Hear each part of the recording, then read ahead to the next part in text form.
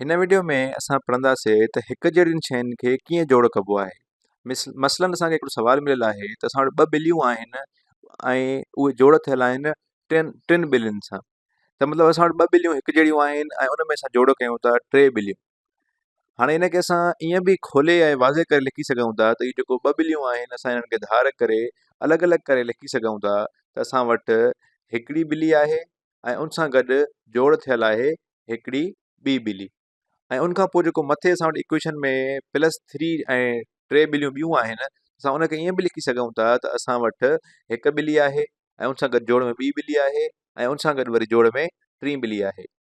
त मजमूई तौर ते असां वटि घणियूं आहिनि, असां वटि ॿ ॿिलियूं हिकिड़ियूं आहिनि, हिकु ऐं ॿ, ऐं उन सां गॾु टे ॿिलियूं ॿियूं आहिनि त माना हिकु ॿ टे चारि पंज। त असां वटि मजमूई तौर ते घणियूं आहिनि, असां वटि पंज ॿिलियूं आहिनि या 5 कैट्स आहिनि। अचो त हाणे हिकिड़ो ॿियो हिसाबु करे था ॾिसूं। हिन हिसाब में त असां वटि ॿिलियूं हुयूं पर आमतौर ते असांखे ॿिलियुनि जी सूरत में न मिलंदो आहे हिसाबु, असांखे अक्सर तब्दील थींदड़ यानी वेरिएबल जी सूरत में मिलंदो आहे। सवाल था लिखूं त 2x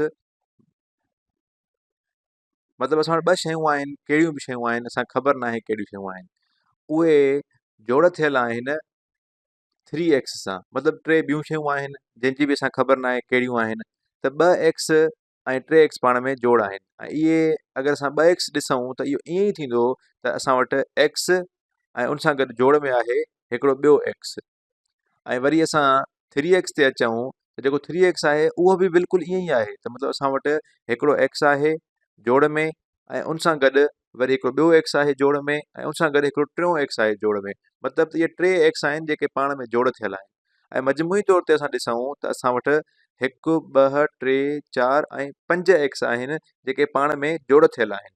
छाकाणि त उहे हिकु जहिड़ियूं शयूं आहिनि त असां लिखी सघूं था त इहे 2x + 3x बराबरि आहे 5x जे। ऐं वेरिएबल यानी तब्दील थींदड़ जी सूरत में असां ईअं ई जोड़ कंदा आहियूं त जेके कोएफिशिएंट्स हूंदा आहिनि, जेके सरेब हूंदा आहिनि, उन्हनि खे पाण में जोड़ करे असां बाद में x सां उनखे मल्टीप्लाए करे बि रखी सघूं था। इहो बि इन्हनि खे जोड़ करण जो तरीक़ो आहे। त मतिलबु असां वटि खोड़ सारा तरीक़ा आहिनि इन्हनि खे पाण में जोड़ण जा। या खोले करे असां इन्हनि खे जोड़ कयूं या त असां इन्हनि जे कोएफिशिएंट्स खे जोड़ करे ऐं उनखां पोइ x खे उन सां गॾु रखी छॾियूं।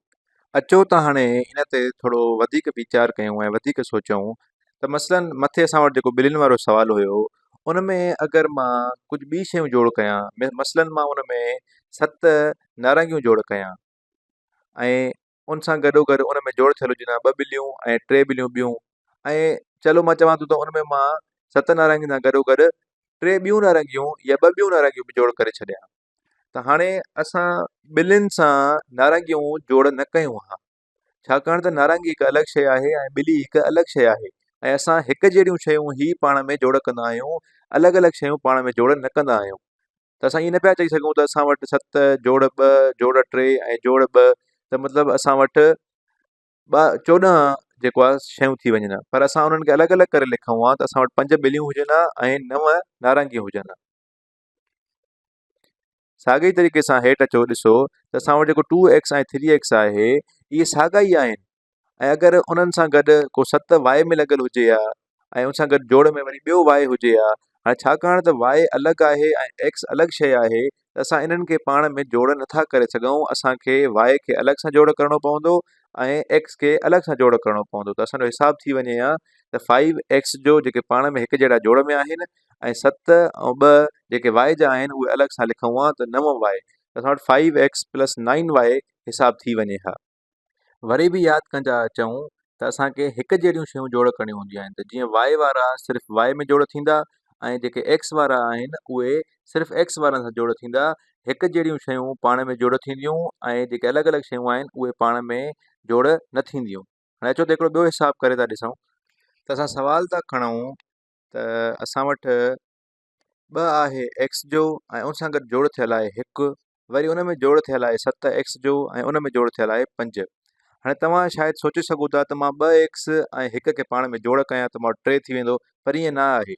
त x वारा सिर्फ़ु x वारनि सां जोड़ थींदा ऐं उहे अंग जंहिंसां गॾु को बि तब्दील थींदड़ या वेरिएबल न आहे लॻल उहे पाण में जोड़ थींदा। हिकु जहिड़ियूं शयूं जोड़ थींदियूं, अलॻि शयूं जोड़ न थींदियूं। त असांजो 2x ऐं 7x जॾहिं जोड़ कंदासीं त असां वटि थी वेंदो 9x ऐं उनखां पोइ असां वटि 1 ऐं 5 जेके आहिनि इहे पाण में जोड़ थींदा ऐं असां वटि छा थी वेंदो, असां वटि थींदो 6। त 9x + 6 असांजो जवाबु निकिरंदो।